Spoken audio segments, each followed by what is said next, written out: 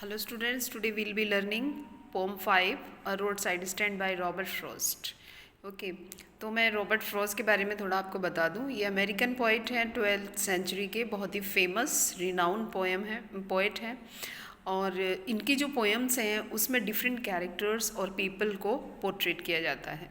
और ये जो थीम है रोड साइड स्टैंड, इसकी जो मेन थीम है वो उसमें पोइट ने लोगों से कहा है कि जो इंडिविजुअल्स हैं उनकी हेल्प की जाए, जो कंट्री साइड में रहते हैं, जो डे नाइट वर्क करते हैं लेकिन उसके बदले में उनको कोई रिटर्न नहीं मिलता है। तो अगर उनकी हेल्प की जाए, सिटी में जो लोग रह रहे हैं अगर वो आके उनको हेल्प करें तो उनके लिए बहुत ही अच्छा होगा, वो भी थोड़ा सा इन्जॉय कर पाएंगे अपनी लाइफ को।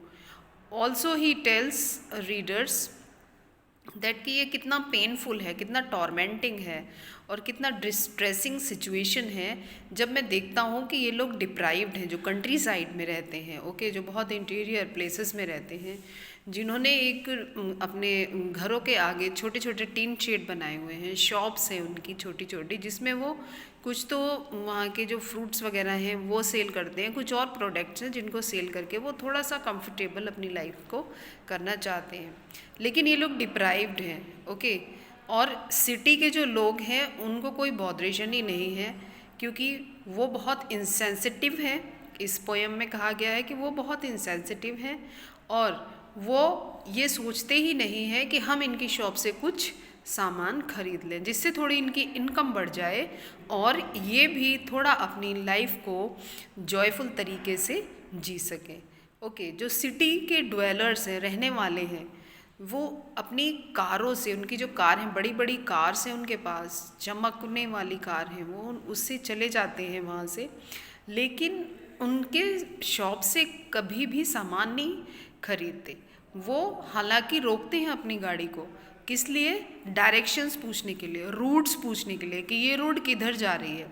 फिर ऊपर से वो लोग इस चीज़ को भी पॉइंट करते हैं कि इन्होंने यहाँ पे अपनी टीन शेड डाल के इस ब्यूटी को, नेचुरल ब्यूटी को जो है ख़त्म कर दिया है, बिल्कुल ही ख़राब कर दिया है। और इनको लिखना पढ़ना आता नहीं है, इसीलिए इन्होंने एन और एस की जो डायरेक्शन है वो रॉन्ग लिखी हुई है, उसकी वो मजाक उड़ाते हैं और उन लोगों के घरों का, उन लोगों के शॉप्स का, और जो उन्होंने ब्यूटी वहाँ की ख़राब की हुई है उसकी मजाक उड़ाते हैं।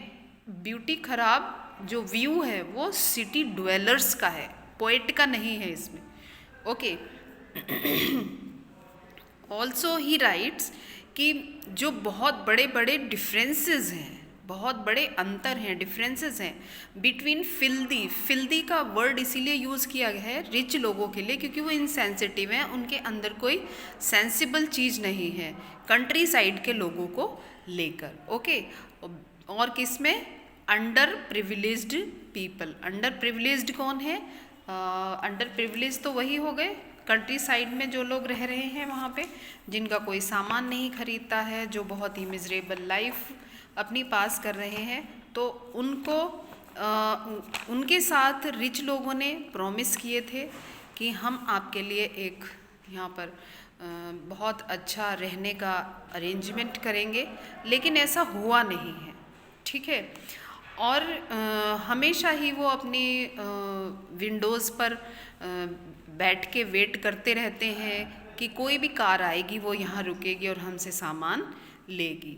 तो इसी वेट में वो पूरा का पूरा दिन अपना पास कर देते हैं, ओके। और कुछ ऐसे लोग भी हैं, पॉलिटिशियंस, जिन्होंने फेक प्रॉमिसेस किए थे उनसे। हॉलो प्रॉमिस माने खोखले प्रॉमिस किए थे कि हम आपको सिटी में ले चलेंगे, वहाँ पे एक बहुत अच्छी जगह होगी जहाँ पे आपको हम घर बना के देंगे। इस टाइप के घर होंगे जैसे आपने मूवी में देखे हैं या थिएटर वगैरह में देखे हैं, और वहाँ पे बहुत बड़े बड़े स्टोर भी होंगे जहाँ से आप अपनी डेली नीड्स का सामान ले पाएंगे। तो ये सारे हॉलो प्रॉमिसेस थे जो कि पॉलिटिशियंस ने और रिच लोगों ने उनसे किए हुए थे। हालांकि है इसमें कुछ नहीं, ये सब एक आयरनी है, विडंबना है। एक्चुअल में लाइफ जो है वो बहुत ही उनकी मिजरेबल है, ठीक है, क्योंकि उनके पास अपनी डेली नीड्स को भी पूरा करने के लिए मनी नहीं है। अब इस थोड़ा सा हम इसमें ये देखेंगे कि आयरनी क्या क्या है इसके अंदर। आयरनी इसमें ये है कि जो उनको कंफर्ट के प्रॉमिसेस किए गए थे, जिससे कि वो अपना जो पॉवर्टी है उससे निकल के कुछ और सोचें, पर एक्चुअल में है नहीं ऐसा, क्योंकि वो तो पॉवर्टी में ही रह रहे हैं। उनको किसी ने वहाँ से अपलिफ्टमेंट करने के लिए किसी ने कोई एफर्ट नहीं किया है, सभी ने झूठे प्रोमिस किए हैं उनके साथ। और यही पोइट को बहुत दुख होता है यही सोच के, इसीलिए उसने ये पोएम कंपोज करी है कि इस टाइप से जो लोग मिजरेबल लाइफ अपनी व्यतीत कर रहे हैं, कोई तो आए, ऑफिशियल्स आए, रिच लोग आए, अपनी कार को वहाँ पे रोकें, फ्यूल्स वगैरह ही ना लें उनसे, डायरेक्शन ही ना पूछें, कमियां ही ना निकालें उनके अंदर, बल्कि उनकी हेल्प भी करें उनका प्रोडक्ट खरीद के। ओके, तो पोइट जो है बहुत ही ज़्यादा पेनफुल है और पेन फील करता है, क्योंकि एक जैसे बच्चे के फेस पे बहुत सारी होप्स होती हैं, इसी तरह से इन लोगों के कंट्री साइड के जो लोग हैं उनके फेसेस पे भी उसने बहुत सारी होप्स देखी हैं, पर उनको वो कुछ भी नहीं कर पा रहा, उनकी हेल्प नहीं कर पा रहा है। और पीस ऑफ माइंड तो उनके है ही नहीं बिल्कुल भी, क्योंकि आपको पता ही है पीस ऑफ माइंड तो तभी आता है जब हमारे पास सफिशिएंट मनी हो। ठीक है, तो इसीलिए जो विलेजर्स हैं वो पूरे दिन वेट करते रहते हैं अपनी विंडो में, और जब कोई भी कार आके पार्क होती है या खड़ी होती है तो उनकी बहुत सारी जो होप्स हैं वो जाग जाती हैं, अरे अब हमारा सामान बिकेगा और हमारे पास कुछ पैसा आएगा। तो this is all have been depicted in this poem. और ये जो रूरल पीपल हैं जो कंट्री साइड के हैं, ये बहुत इनोसेंट हैं।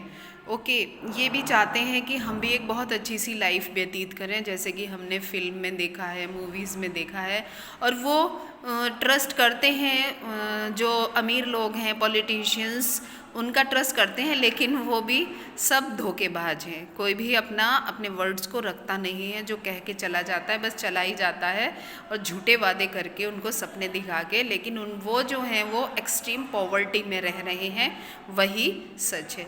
अब हम बात करते हैं इसमें कि लिटरेरी डिवाइसेस कौन कौन सी यूज़ हुई हैं। ट्रांसफ़र एपिथेट यूज़ हुआ है, इसके बारे में मैंने पहले ही बच्चों बताया हुआ है कि कहाँ पर यूज़ होता है ये। Polished traffic and selfish cars.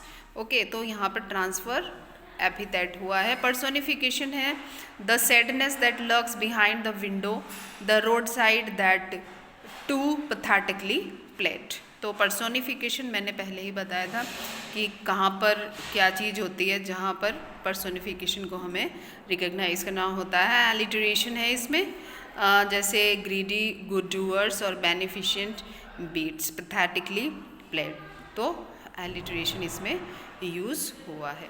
उसके अलावा ऑक्सीमोरन भी यूज़ हुआ है। तो this is all for this poem. I feel आप इसको समझ गए होंगे, मैंने ब्रीफली इसको डिस्क्राइब किया है। Thank you very much.